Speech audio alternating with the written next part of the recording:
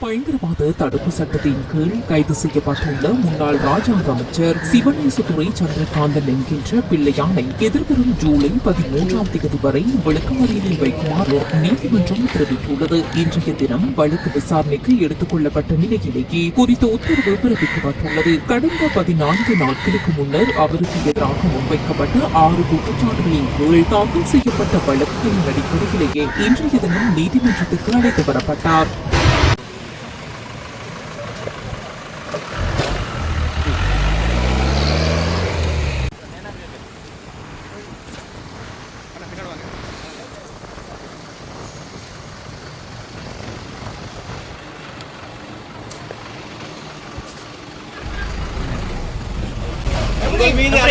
குற்றச்சாட்டுகள் குற்றச்சாட்டு போலி குற்றச்சாட்டு அனுரோட வாயை போல எல்லாமே போய் உங்களுக்கு சந்தோஷமான விஷயம் தான்.